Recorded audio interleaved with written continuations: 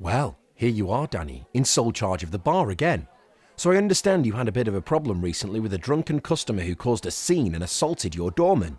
So presumably, you should be able to avoid it happening again.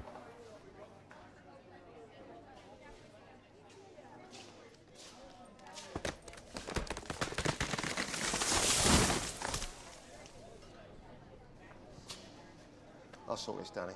Come on, Malky. Let's get you on the street, me old pal. Unfortunately, life isn't quite as clear-cut as that, is it, Danny? Although that's probably the stereotype of how many people think about drunkenness and how the pub trade deals with it. So how would you deal with a real-life scenario and change that stereotype?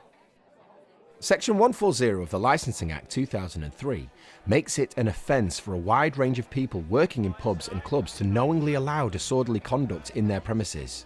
And that includes not just the holder of the premises licence, but also the premises supervisor and anyone authorised to sell alcohol. That's you, Danny. It also includes anyone who works in the premises in a capacity which authorises him to prevent the conduct. That's you, Mike. But of course, we don't want it to get to that stage, do we? Because it could lead to violence and damage the reputation of the business. Oh, you're buying because I don't have my wallet. I ain't got any money. Oh Oh, my God. I haven't got money. Leave it. It's nothing. Oh, here we are. Can I have the same again, please? Apart from mine, I will have a white wine.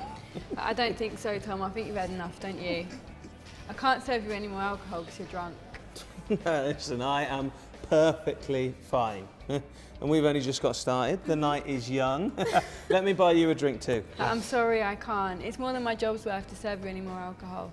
Section 141 of the Licensing Act 2003 makes it an offence to knowingly sell alcohol to a person who is drunk, or to allow alcohol to be sold to such a person on relevant premises. Well, that's fine. I'll get them in. Not a problem. No, I'm sorry, I can't because I've already said he's drunk. And in any case, you would be committing an offence for buying his drinks. Did you know that? What? Seriously, it's not an offence to be drunk in a pub. That's what they're for, aren't they? Look, I'm not trying to ruin anyone's night. It's just I can't risk the premises licence and it's my responsibility. I can get you soft drinks or a coffee. That's correct, Danny. It's not widely understood, but under Section 142 of the Licensing Act 2003, Sophie commits an offence if she knowingly obtains or attempts to obtain alcohol for consumption on those premises for a person who is drunk. Well, coffee? What the actual... Look, I'm sorry, Sophie. I can serve you soft drinks, just no alcohol. Okay, should we go get some food? No, get off me. This is between me and her. No, come on, what's the big deal? We were going to go get a curry anyway, come on. Sophie, okay? No, it's not okay. I want a drink and she won't serve me.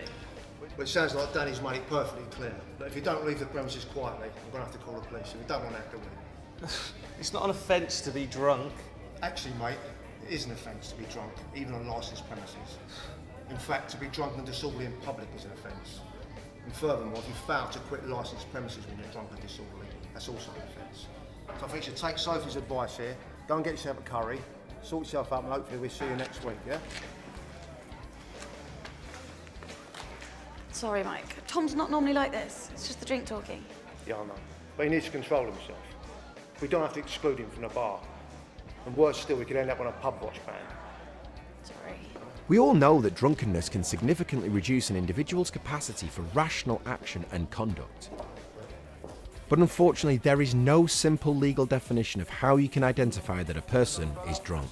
There may be very obvious signs that a person has had too much to drink, such as their general dishevelled appearance, slurred speech, or aggressive behaviour. However, be careful that the person is not actually suffering from a medical condition. It's important, therefore, to be fully alert to your customers' behaviour throughout their time in your premises. All staff can play their part in not only fulfilling your obligation under the Licensing Act, but also ensuring that your customers have a good experience and vulnerable people are identified and protected. Well, that was a difficult situation to deal with, wasn't it? Let's hope that you don't have any more problems today, Danny. You don't know. Hey, Danny. Hi, Danny. Delightful, Danny. Can we have a drink, please? Let's have... Looks like I'm going to have to get the wheelbarrow out again then. Well, I think we better leave you with it, Danny. For more information on this subject and to access relevant posters, visit the British Beer and Pub Association website at www.beerandpub.com or the National Pubwatch website at www.nationalpubwatch.org.uk.